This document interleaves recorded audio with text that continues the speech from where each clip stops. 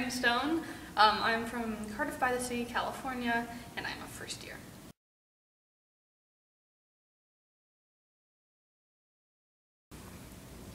I think they can be sort of linked together, but I don't think they always are if we're talking, specifically about physical violence. I think that sometimes they are intertwined, but they aren't reliant on each other.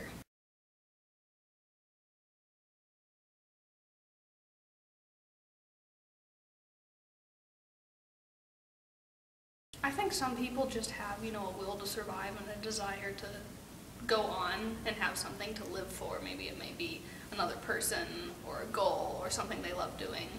But I think it's a passion for something or someone, or maybe just life itself, that keeps them going even after they've been through horrible things.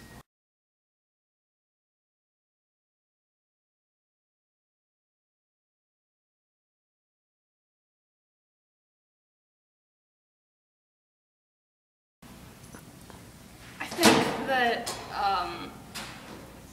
yet again, love for something that someone's doing or love for another person, even when everything surrounding you is full of corruption and violence and everything, drives people forward and helps them through those things. For the people who are committing these crimes or corruption, I think that there is a lack of love there.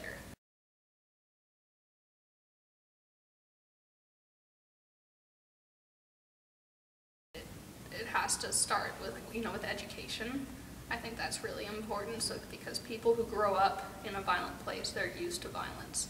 And so that's just a daily part of life. And I think that more education would be important in order to show younger citizens and even older ones that there are other ways of running a country or living, and that can inspire them to change the way things are.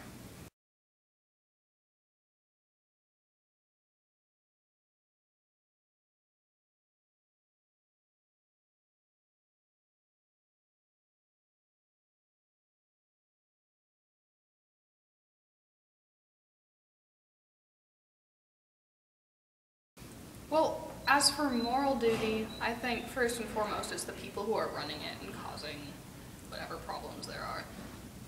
I think that if need be, others can step in and support them. I mean, if it's an impoverished country, then obviously they within them may not have the means to complete or to reach whatever goals they want. I mean, I guess that's what the UN was started for, to try to help people like that, but I think that there are other ways of volunteering, aiding, however they can. I think that anyone can help, should have the right to do so. I'm Nelson Acosta. I'm from the Bronx, New York, and I'm a freshman/sophomore.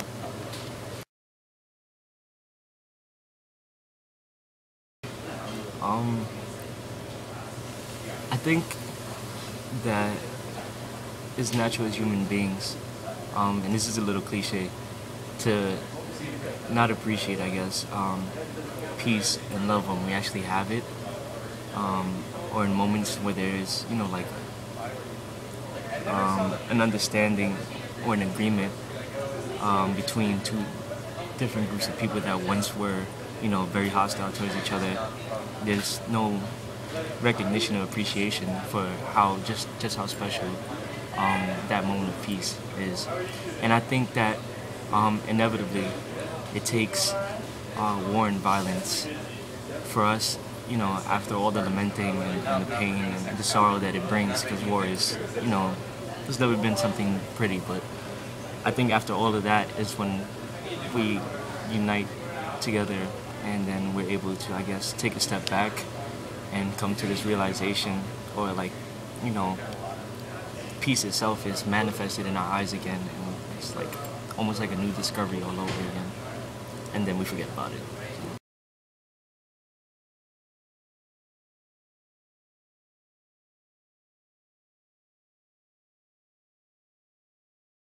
Most of the people in that situation, and we all know that Mexico is not in the greatest shape it's ever been right now, but knowing that, with that in the context,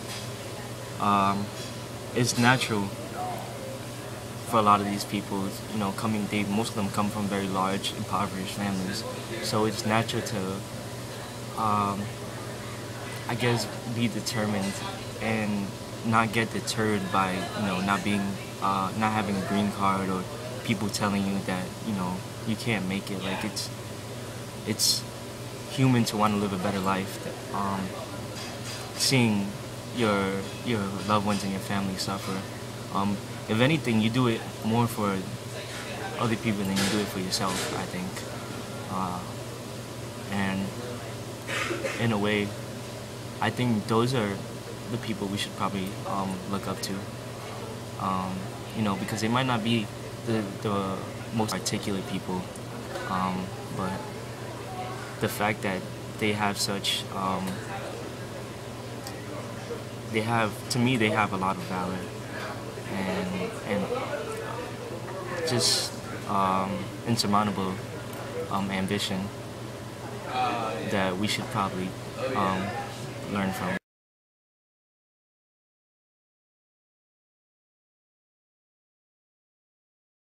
When you don't really come from much, and you come from conditions, you're born into conditions that are just basically hindrances on your success and your ability to be prosperous.